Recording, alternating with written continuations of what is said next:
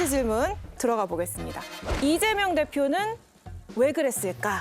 가장 큰 목소리는 잠재적 경쟁자 찍어내기 썰. 친문 지우기죠. 이제 친문은 지우고 친명은 내세우고 그리고 잠재적 경쟁자는 거세해버리고 이게 이번에 공천에서 왜 그랬을까 임종석에 대해서 나는 그걸 제가 보기에는 예. 너무 과도한 썰 상상력이라고 보여지고요. 과도한 썰이다. 예. 그렇죠. 이제 제가 최근에는 어쩌다 보니까 어떤 뭐 언론에서 무슨 신명 3인방으로 막 그러니까요. 불러가지고 제가 최근에 비교적 이제 당대표의 고민도 많이 알고요. 또 제가 이 문제를 해결하려고 임종석 실장이 소위 컷오프 되기 이틀 전에 성동에 가가지고 밤 9시부터 12시까지 술도 같이 한잔 먹고 이제 그래서 그 네. 과정을 제가 누구보다도 잘 압니다. 이게 소위 이제 국민의힘이 만들고 싶은 링이 있는 거잖아요. 예. 586 운동권 기득권 그 프레임에 경제인을 붙여가지고 그 링에서 계속 싸움을 하면 그 싸움은 뭐 옳고 그름을 떠나서 우리가 불리한 링이에요. 임종석 실장이 비서실장 하기 전에 소위 전대협의 3기 의장 출신 아닙니까? 이제 운동권에 약간의 상징적 요소가 있기 때문에 우리는 이제 그 프레임에서 벗어나야 되는 게 숙제죠. 소위 운동권 프레임을 지우는 게 전체 총선에 더 플러스라고 판단해서 했고요. 이제 그런 의사를 제가 이틀 전에 아무래도 좀 어려움이 있다. 김성환 의장님은 그거 이제 얘기를 했던 겁니다. 김성환 의장님은 도전자가 아니기 때문에 예쁜 거예요. 이재명 대표 입장에서 보면. 언제 도전자 될 줄 압니까? 그러니까 대권 도전자가 안 될 것 같으니까 이뻐하는 거고 이재명 대표의 오로지 목표는요. 네. 대통령이 되는 거예요. 대권을 잡는 거예요. 그렇기 때문에 이게 복잡해진 겁니다. 그리고 그 부분들을 정리를 하지 않으면 본인이 대권의 문으로 가는데 어렵다. 또 대권을 잡아야 지금 사법 리스크나 이런 모든 것들을 정리할 수 있다고 생각을 하는 거예요.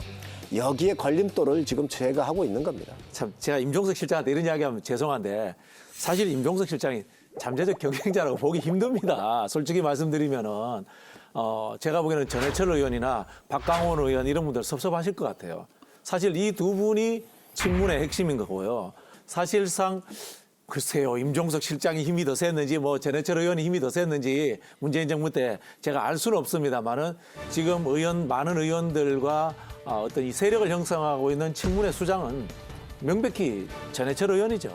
지난 금요일 날 3.1절 날에도 또 뭐 전대협 의장 일기로 한 불후의 이인영 의원 같은 경우는 또 공천이 확정이 돼요. 그렇기 때문에 운동권 출신이라고 해서 다 청산 대상이 된 건 아니고 상징성이 있는 임종석 전 비서실장이나 이런 사람들은 타깃이 된 것은 틀림없는 것이고 근데 뭐 개인적으로 저도 아주 친한 친구인 홍영표 부평에 그 친구도 이유 없이 경선에서 컷오프 됐단 말이에요. 아, 홍영표 의원도 친구예요? 네, 좋은 친구예요. 두 분이 친구세요. 친구가 아닌 분이 없어요. 그래서 같이 노동운동도 하고 했기 때문에 저런 친구들이 다 이제 민주당에서 이렇게 이제 결국은 기반이 없어지는구나. 근데 일각에서는 이렇게 공천 안 주는 거 오히려 임종석 전 실장 몸값 키워주는 거 아니냐. 근데 그게 이런 얘기도- 살아나야 몸값이 뭐 키우든 말든가 하는 거지. 그 사라지고 나면 그걸로 끝이에요. 제가 보기에는 몸값 키워주기 맞아요. 맞아요? 이게 왜냐면은 임종석 실장이 이런 이야기를 했단 말이에요. 지금 민주당의 가장 중요한 것은 이번 총선에서 승리해서 윤석열 정권의 실정을 막아달라는 민심에 부응하는 것입니다. 총선을 이길 수 없다는 여론이 팽배한데 최고위원들께서 날 며칠이라도 밤을 새워서 위기감과 절박함을 가지고 다시 재고해 주십사 말씀드리는 것입니다. 저는 꼭 한번 국회의원을 더 하고자 하는 것이 아닙니다. 반전의 계기를 만들고 감동이 있는 통합을 만들어 달라고 호소드리고 있는 것입니다. 내가 국회의원 한 번 더 하는 게 뭐 중요하겠습니까? 예. 그런 이야기를 했는데 이분이 정치적 미래가 꿈이 크구나. 국회의원 공천을 못 받더라도 내가 이재명 대표와의 갈등 국면이라는 것이 나한테 정치적으로 나쁘지 않겠구나. 이런 생각도 하실 수 있을 것 같아요. 솔직히 말씀드리면. 맞아 여쭤보면 2017년 경기도지사 때 이재명 대표를 향한 마타도어가 많았다. 당시에 그 이재명 주기 그 윗선에 임종석 전 실장이 있었던 것 아니냐라는 이런 썰과 함께 친명 지지자들 사이에서는 임 전 실장에 대한 나쁜 마음, 안 좋은 마음이 있다는 그건 것 분위기 아니라고 봐요. 그건 아니라고 보는 게 임종석 실장이 그 당시 이재명 경기지사와 어떤 경쟁 관계도 존재하지 않습니다. 그리고 임종석 실장도 성품이 그렇게 뭐 날카로운 분이 아니에요. 부드러운 분이에요. 그런 상황에서 본인이 경기지사와 일부러 적대적 관계를 만들 이유는 없습니다. 그때 당시 청와대 문재인 대통령 시절에 경기지사는 사실상 손만 완전히 문재인 대통령이 안 들어줬지 전해철 의원이라는 것은 만천하가 다 아는 사실이에요. 그럼에도 불구하고 그 경선에서 당시 이재명 후보가 경기지사 후보가 됐단 말입니다. 예. 그러니까 결론은 그때부터도 그 앙금은 사실상 있었어요. 그거는 뭐 아는 사람은 다 아는 이야기입니다. 당시 문재인 대통령도 굉장히 우려했어요. 이렇게 집안 싸움 하면 안 네, 된다. 그래서 사실은 이재명 대 친문이 경기지사 선거 과정에서 악연이 생긴 게 아니라 사실은 그 당시에만 해도 개인 이재명과 개인 전해철 간의 문제였어요. 당시 친문은 그런 구도 자체를 원하지 않았어요. 그러니까 그거는 그때부터 뭐 친문과 악연이 생겼다 이렇게 보는 것은 사실과 다른 얘기예요. 예. 그러면 좀 코너 속의 코너로 임종석 전 실장은 왜 그랬을까를 짧게 한번 하고 갈게요. 일단은 어쨌든 컷오프 됐어요. 그런데 그 당일에 임종석 전 실장이 그 지역구 중성동 갑에 가서 퇴근 인사를 했습니다. 임종석 화이팅! 화이팅! 화이팅! 누가 임종석을 이렇게 했어? 화이팅 하십시오! 화이팅 하십시오! 뭐라들 나. 화이팅! 아까 말씀드린 것처럼 여기 왕십리역 광장에 저녁 인사를 나왔고요. 한투나 더 봐. 만나러 와주신 많은 분들께 진심으로 감사드립니다. 이게 어떻게 보면은 감독이 선수 교체했는데 경기장에서 계속 뛰고 있는 그런 상황이거든요. 이거는 왜 그랬다 보세요? 저는 제가 이제 이제 인사할 수 있다고 봅니다. 예. 인사할 수 있다고 보는데 거기에 송갑석 의원, 홍영표 의원, 그다음에 또 한 분이 윤영찬 의원 세 사람이 왔어요. 오는 건 말렸어야지. 내가 중성동구에서 공천 받는 게 중요하다고 생각하면 그 세 사람 오는 거 말려야 됩니다. 근데 그 세 분이 오는 거를 같이 와가지고 인사를 합니다. 이건 뭐냐면은 내가 중성동구에 공천 받는 게 중요한 것이 아니라 나는 세 명의 거느린 나는 리더가 되고 싶다. 대장이 되고 싶다. 이거 은연중에 정치적 미래를 밝히신 거예요.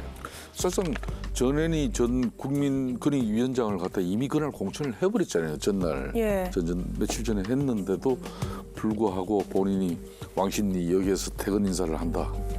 그만큼 이제 임종석 실장 입장에서는 자기의 정치적 이미지를 이번에 제대로 만들었죠. 그렇기 제가 이제 때문에 그 전에 만났잖아요. 임종석 실장은 손해본 장사는 아닙니다. 네, 만나서 얘기를 쭉 들었는데 3시간 동안 그 네. 저녁에 이 소주도 있었나요? 그러니까 그 네. 뭐 저녁 때니까 예. 며칠 전에 안규백 전략 이제 공관위원장이 네.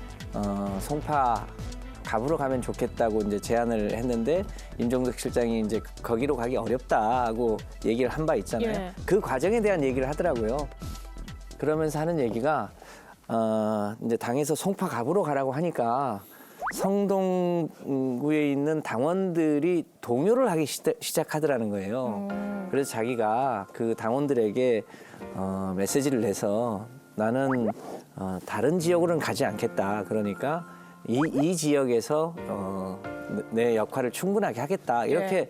당원들한테 약속을 한 거예요. 본인이. 그러니까 본인은 계속 자기가 약속한 성동 구민과 당원들에게 최선을 다하기 위해서는 또 당이 혹시라도 다른 결정을 해줄 수 있다는 기대감을 갖고 이제 일종의 정치적 제스처를 이제 취한 거죠. 제가 보기에는 무슨 의도적으로 그 자리에 다른 송갑석 의원이나 홍영표 의원을 오라고 한 것 같지는 않고 그분들이 6시에 선거운동을 한다고 하니까 몰려 들어온 거예요. 근데 그거를 이제 오는 사람을 못 막은 거죠. 저는 말렸어야 된다고 그렇죠. 말렸어야 생각하는데 된다고 그분들이 오니까 이제 그림 자체가 아주 안 좋아진 거죠. 민주당. 그분들은 왜 갔을까요?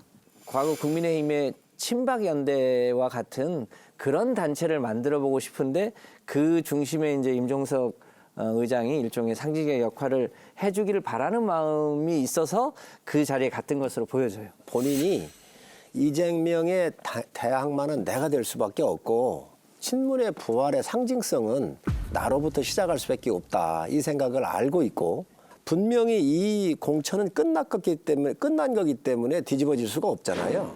향후에 본인의 정치적인 활로를 모색하는데도 이 퍼포먼스가 필요한 거지요. 그만큼 임종석 실장은 친문의 상징성 있는 인물이에요. 그렇기 때문에 이재명 대표가 제거를 한 겁니다. 실제로 그 오신 세 분은 반명이에요. 근데 그 전에 임종석 실장은 반명도 아니고 비명도 아니고 여의도 국회의원 정치에 굉장히 오랫동안 빠져있던 분이에요. 그런데 그 세 분이 와서 같이 행사를 함으로 인해 가지고 그런 흐름으로 만들어져 버렸단 말이에요. 이분들 중에는 극단적인 탈당을 한다거나 이렇게 해서 극단적인 이 나쁜 관계로 이재명 대표 관계를 설정하는 분이 있을 것 같아요. 그러나 제가 보기에는 임종석 실장은 당에 남기 때문에 저는 적절한 수준에서 조절을 해서 반명까지는 가지 않을 것 같아요. 그렇습니다. 올 이제 8월 달에 또 민주당 전당대회를 앞두고 있지 않습니까? 그러면 민주당 전당대회가 이번 4월 총선 결과로서 이제 상당히 이제 명암이 갈릴 거예요.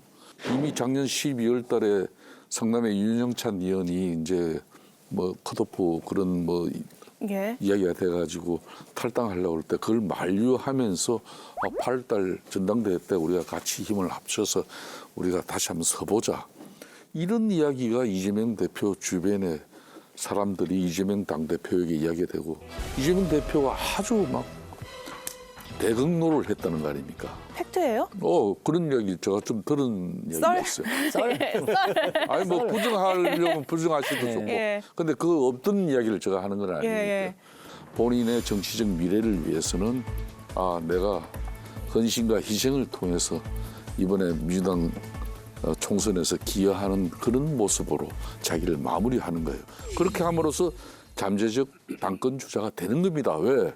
홍영표도 이제 컷오프 돼버리지. 예. 선수들이 없어져요. 그럼 탈당은 안 할 거다. 나는 안 한다고 봐. 제가 보기에도 다른 분하고는 달리 굉장히 심중하게 움직일 거라고 판단합니다. 곧 이제 저희 당도 선대위가 공식적으로 발족할 텐데 선대위에 참여 그럼에도 불구하고 예. 선대위에 참여해서 당의 전체적인 총선 승리를 위해서 뛰는 방법도 있을 수 있고 그리고 이제 약속했죠. 내가 여기서 출마하고 함께 성동 구민들과 함께 하겠다고 약속했는데 하루아침에 뭐 다른 선택을 하기 어려운 거 아니겠습니까? 이제 그 숙고의 기간 후에 저는 전체적으로 이번 총선의 핵심적인 가치가 결국 윤석열 이 심판이기 때문에 그 대열의 일정한 역할을 맡게 될 것이다라고